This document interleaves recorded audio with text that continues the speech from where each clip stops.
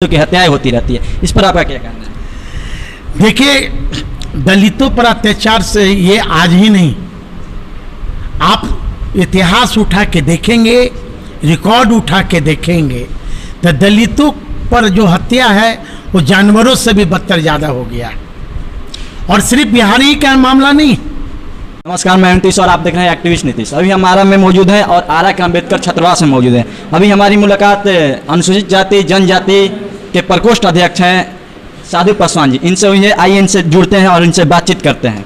आखिर आरा में आने की कोई खास वजह से?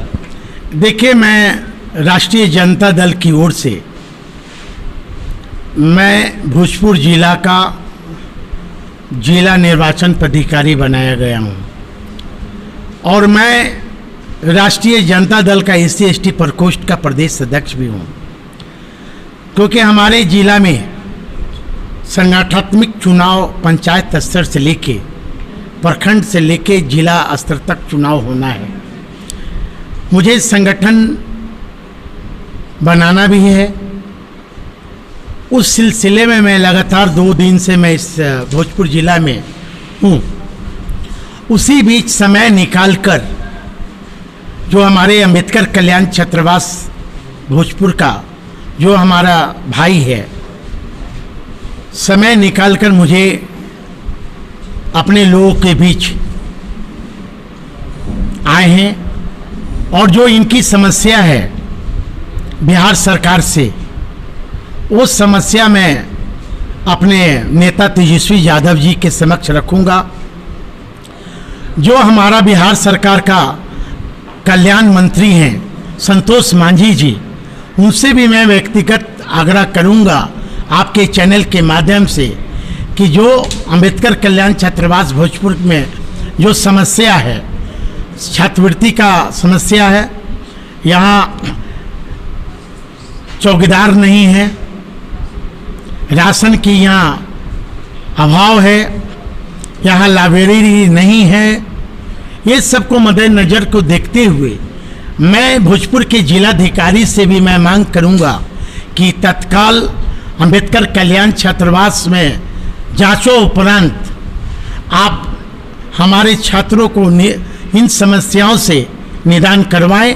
और मैं निश्चित तौर पर यहाँ के जो छात्र नायक हैं, मैं उनसे भी मैं व्यक्तिगत आग्रह किया हूँ कि आप अपने लेटर पैड पर लिखकर आप हमें दें। और निश्चित तौर पर मैं बिहार सरकार के मंत्री से मैं समय मांगकर मैं उनसे मिलूंगा और यहाँ की समस्याओं को रखूंगा। आप एक दलित नेता हैं और जिस प्रकार से बिहार में आए दिन दलितों पर अत्याचार होते रहते हैं, आए दिन दलितों के साथ मारपीट होती रहती है, दलितों की हत्याएं होती रहती है, इस पर आपका क्या कहना है? देखिए, दलितों पर अत्याचार से ये आज ही नहीं, आप इतिहास उठा के देखेंगे, रिकॉर्ड उठा के देखेंगे तो दलितों पर जो हत्या है वो जानवरों से भी बदतर ज़्यादा हो गया।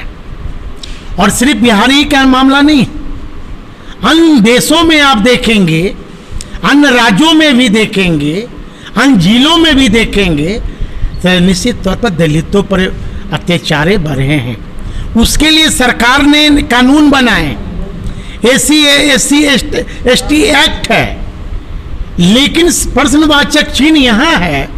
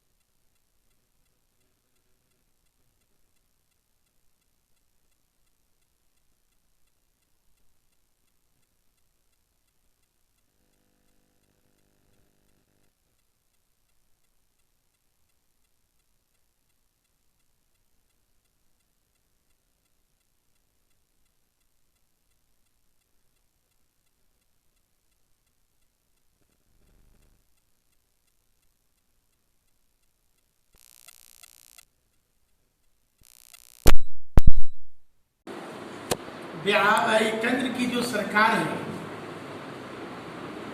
जो देश का चौकीदार है, वो पूरे बिहार ही नहीं बल्कि पूरे देश के नौजवानों को, छात्रों को उन्होंने वादा किया था कि हम 10 करोड़ नौकरी देंगे और 15 लाख का भी वादा किया था।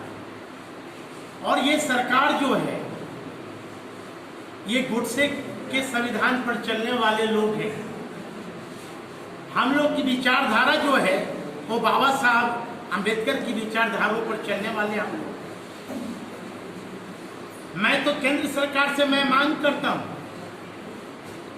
कि आप आरक्षण को खत्म कर देना चाहते हो, आप निजी क्षेत्र में आरक्षण खत्म कर रहे हो, आप हमारा प्रमोशन में आरक्षण रोक दिए हो, आप हमारा बैकलॉग, हमारा जो बिहार सरकार में भी है बैकलॉग, उसको तत्काल बिहार सरकार से मैं मांग करता हूं कि बिहार सरकार हमारा जो शेड्यूल कास्ट का और शेड्यूल ट्राइब का जो बैकलॉग है वो शीघ्र पूर्ति करे।